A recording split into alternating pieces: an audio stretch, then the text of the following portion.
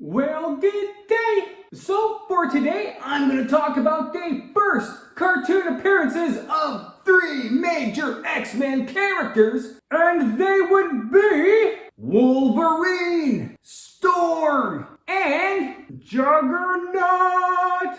Huzzah! So, alright, let's go! Alright, so we start off with Firestar and Iceman rushing towards the X-Mansion for an X-Men team reunion. You know, them being mutants and former X-Men and all. And Spider-Man totally wants to go and hang out with his buddies there, but alas, dear friends, this event is for X-Men only. No non-mutants allowed. Which this exclusion kind of goes against the X-Men mantra. But nonetheless, Spidey's on the outside, which kinda sucks for Spidey, you know, but hey, if he can't get any X-Men action, I guess the X-Men action will have to come to him. And it does, in the form of the Juggernaut. And if you're thinking, like, who the heck is Juggernaut? Well, do not fret, because Jughead there will give you the full extent of his life and his plans. Turns out, Juggernaut is the stepbrother of Charles Xavier, the founder of the X-Men. And Jugsy got his powers because he found the Crystal of Cyttorak, giving him this awesome, oversized human body and super strength and all that kind of stuff. He's basically indestructible. And for some reason, he wants to destroy Charles Xavier and the X-Men. Even though he doesn't really tell us why, but hey, with someone that gigantic and dangerous, I'm not gonna argue with him. So Spidey does what he can to try to slow the Juggernaut down, man, but like, geez, as much as I love Spidey, man, he doesn't really stand a chance, right? Meanwhile, at the X-Mansion, so along with Charles, Cyclops, and the Angel,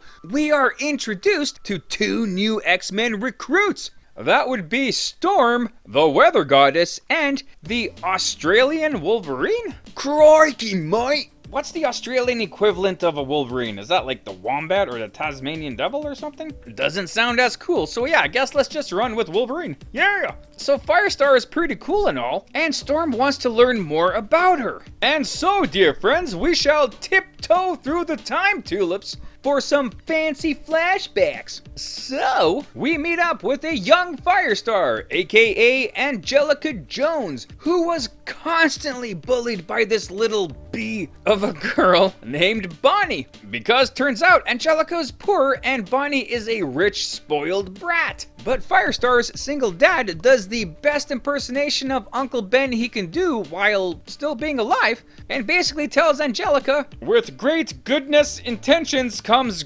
great good things towards you. Whew. My gosh, I'm a pretty bad example of an Uncle Ben. But yeah, basically what he's saying is, you know, don't stoop down to Bonnie's level, you know, just be a good person, you know, with good intentions, and people will totally love you, man. And so that's what Angelica does. But still, man, throughout these years, Bonnie and her friends, man, they are forever relentless to Angelica, calling her Angelica the Jinx and stuff like that. They are always trying to sabotage her school projects. They're always trying to ruin her reputation in any way they can. And they're always trying to stop Fetch from happening, even though, like, Angelica's heat powers are so totally Fetch. Wait, what the hell am I talking about? Oh, crap, sorry. I got mixed up with another movie. My bad. Back to the show. So the whole time Angelica is being bullied by these girls, she is also slowly understanding her mutant heat powers, right? Like, she learns that she can heat things up, she can make things burn, she can shoot fire, and she can fly. So at the end of all of this, she threw everything back in Bonnie's face, as Bonnie was trying to frame Angelica for a trophy theft at school. But Angelica, now aka Firestar, totally exposed Bonnie and got her expelled from school, man. Jeez, revenge after all these years. But, nonetheless, now that Angelica has a cool superhero name, she's got her powers figured out, and she's got a pretty cool costume, well, the only thing that she can do now is to join the X-Men, which she does.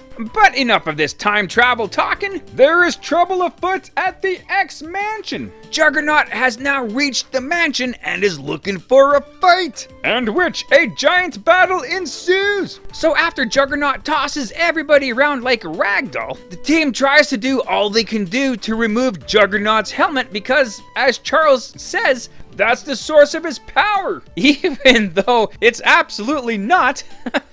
Not even in the slightest. But yeah, I guess that's what we're running with.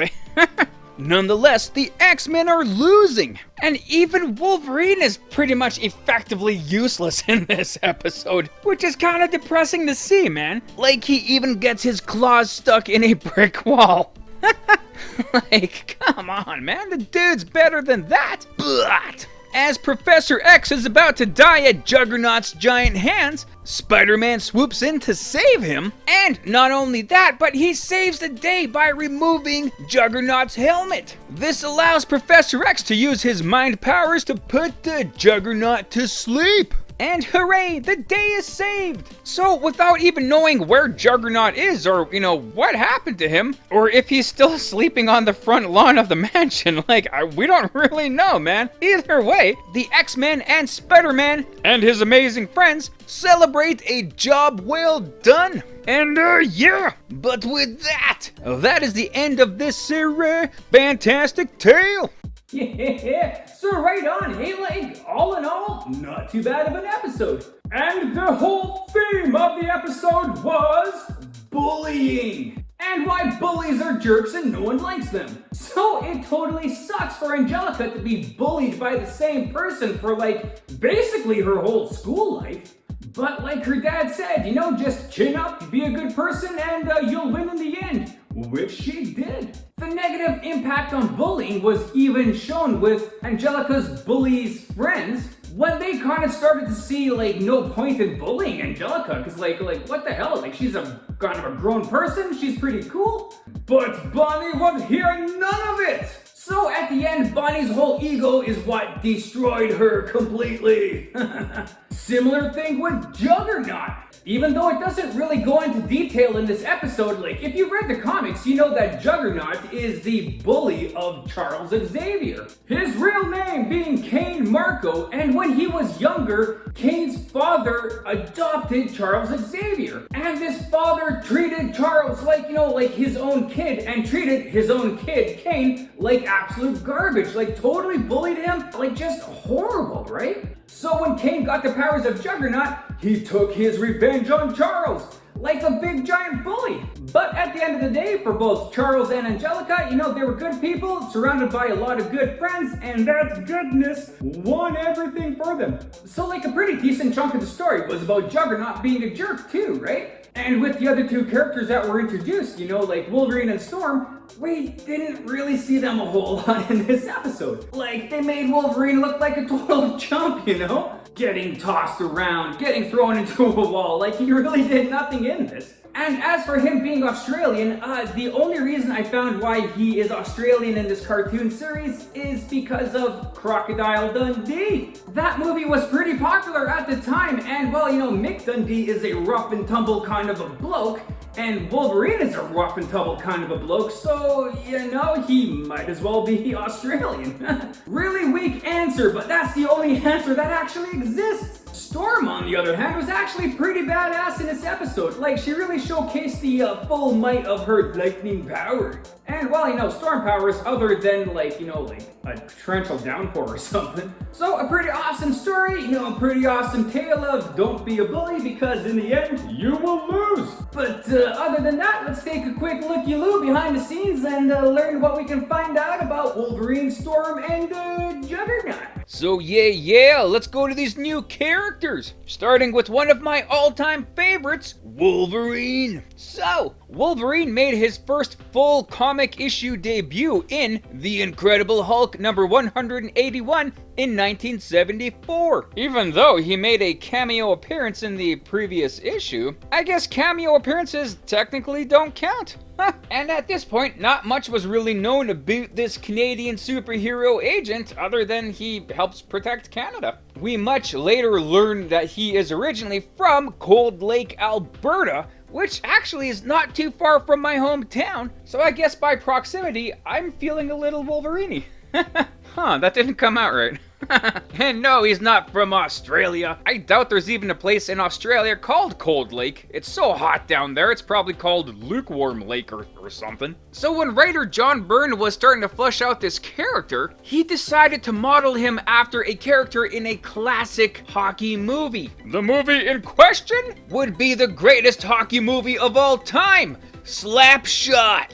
That's right, Mighty Ducks. So one of the villains at the end of the movie was a player known as Dr. Hook, and man, like, just look at the guy, eh? That is a classic Wolverine look. And if you've ever watched the movie, man, you can kind of dig how this guy is a total Wolverine, man. His attitude, his ferocity, everything about him, man. He doesn't have claws, but he has a hockey stick, so I guess that's kind of the same.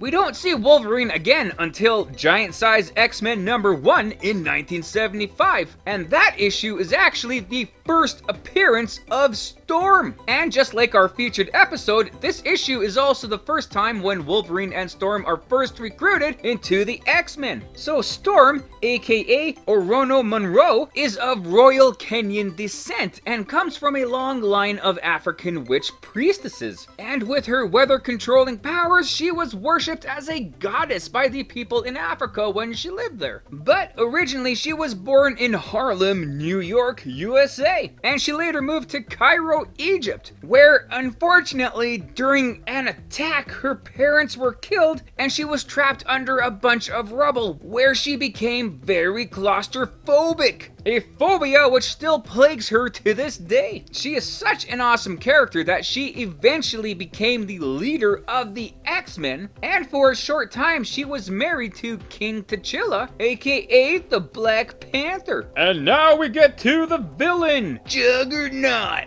So this jerk was first introduced in Uncanny X-Men #12 in 1965. And like I said earlier, man, Juggernaut, aka Kane Marco, was the stepbrother of Professor X and was his bully. And as was kind of mentioned in the episode, he did get his powers from the Crimson Gem of Cyttorak in the Temple of Cyttorak. So like, who's this Cyttorak guy, eh? He sounds pretty, powerful and stuff. Well, Cyttorak is an ancient mystical entity, and he grants basically the copyright permission for Kane to use his Juggernaut avatar, I guess is one way of putting it.